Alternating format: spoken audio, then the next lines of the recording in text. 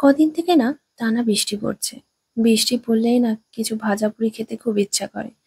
তাই ভাবলাম যখন বাজার থেকে তোমাদের দাদাভাই এনেছে লোটে মাছ, তাই ভাবলাম লোটে মাছের ফ্রাই বানাই। লোটে মাছের ফ্রাই খেতে খুব ভালো লাগে, তাই আমি লোটে মাছ ভালো করে কেটে ছোট ছোট পিস করে নিয়েছিলাম। আর নিয়েছিলাম লেবুর রস। প্রথমে লেবুর রস লোটে মাছের উপরে দিয়ে দিলাম, কারণ লোটে মাছের মধ্যে যে আষ্টে গন্ধটা থাকে একদমই ভালো লাগে না। আর নিয়েছিলাম হলুদ, তাই হলুদ দিয়ে দিলাম, কিন্তু আমি নুন দেব না। নুন দিলেই কিন্তু লোটে মাছ থেকে জল বেরিয়ে হয়ে আসবে। আর এখানে নিয়েছিলাম আদা রসুনের পেস্ট, আর তার মধ্যে কাঁচা লঙ্কা দিয়ে দিয়েছিলাম। দিয়ে এবার সবগুলো উপকরণ আমি মাছের সঙ্গে ভালো করে মাখিয়ে নেব। মাখিয়ে আমি মাছগুলো রেস্টে রেখে দেব, যাতে এর মধ্যে মশলাগুলো ভালো মতন ঢুকে যায়। ব্যাটার তৈরি করার জন্য আটা নিয়েছি। এখানে এক বাটি আমি আটা নিয়েছি। যতটা আছে সেই পরিমাণে কিন্তু ব্যাটারটা তৈরি করতে হবে। আর নিয়ে নেব সুজি। সুজি এই কারণে দিয়েছি, কারণ ব্যাটারটা তৈরি করার পর আমি যখন কোট করব মাছে, সুজিতে কিন্তু সুন্দর একটা লেয়ার তৈরি করবে। আর দিয়ে দেবো আদা রসুনের পেস্ট, যেটার মধ্যে কাঁচা লঙ্কাও দিয়ে রেখেছিলাম। সেই পেস্টটা আমি ব্যাটারের মধ্যে দিয়ে দেবো। এবার দিয়ে দিচ্ছি হলুদ। হলুদ দিলে ব্যাটারে একটা সুন্দর একটা ইয়েলিশ কালারটা আসবে। আর দিয়ে দেবো স্বাদ মতন লবণ। আপনারা যেরকম লবণ ব্যবহার করবেন, মানে যেরকম লবণ খেতে চান সেই অনুযায়ী লবণ দিয়ে দেবেন।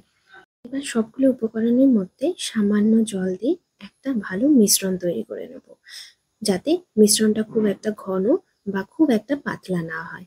আর একবারে পুরো জলটা দেব না, কারণ হট করে পুরো জল পড়ে যাওয়াতে মিশ্রণটা কিন্তু পাতলা হয়ে যেতে পারে। তাই অল্প অল্প করে জল দিয়ে আমি ব্যাটারটা তৈরি করব। ব্যাটার তৈরি করে আমি এটা কিন্তু কিছুক্ষণের জন্য রেস্টে রেখে দেবো, কারণ এর মধ্যে আমি সুজি দিয়েছি। সুজি দিয়ে রেস্টে রেখে দিলে সুজিটা কিন্তু আরো ফুলে যাবে, ব্যাটারটা আরো কিন্তু ভালো হবে। আর সত্যি কথা, বৃষ্টির দিনে এরকম ধরনের রেসিপি খেতে সবার ভালো লাগে। তোমাদের দাদাভাই তো খুব পছন্দ করে। আর বাইরে এরকম ধরনের রেসিপি যদি কিনে খায় প্রচুর টাকা নেয়। আমাদের এখানে তো 100 টাকা করে প্লেট নেয় এরকম লোটে মাছ ফ্রাই। তাই ভাবলাম আজকে বাড়িতেই তৈরি করি, আর বৃষ্টি দেখতে দেখতে খাওয়া হবে। এবার ব্যাটারের মধ্যে দিয়ে দেবো গরম মশলার গুঁড়ো। গরম মশলা না দিলে কিন্তু একটা গন্ধ থেকেই যায়, তাই গরম মশলা দিলে কিন্তু গন্ধটা সুন্দর একটা আসে। যেহেতু এটা লোটে মাছ, তো লোটে মাছের একটা কিরকম একটা গন্ধ থাকে, কারণ এটা তো আমরা লোটে মাছ ফ্রাই করছি না, না ভেতরে তো কাঁচা কাঁচা থাকতেই পারে। তাই ওপরে একটু যদি গরম মশলার গুঁড়ো দেওয়া হয়, গন্ধটা কিন্তু সুন্দর আসবে।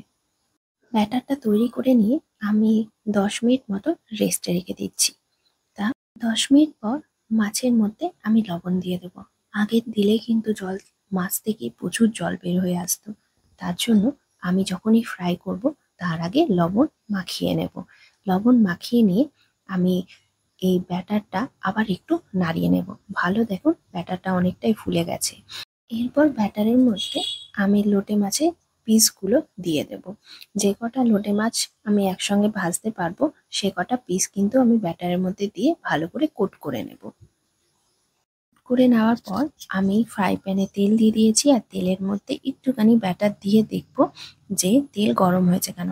কারণ যদি তেল গরম না হয় মাছগুলো কিন্তু লেগে যাবে, আর লেগে গেলে সবগুলো মাছ কিন্তু ভেঙে যাবে।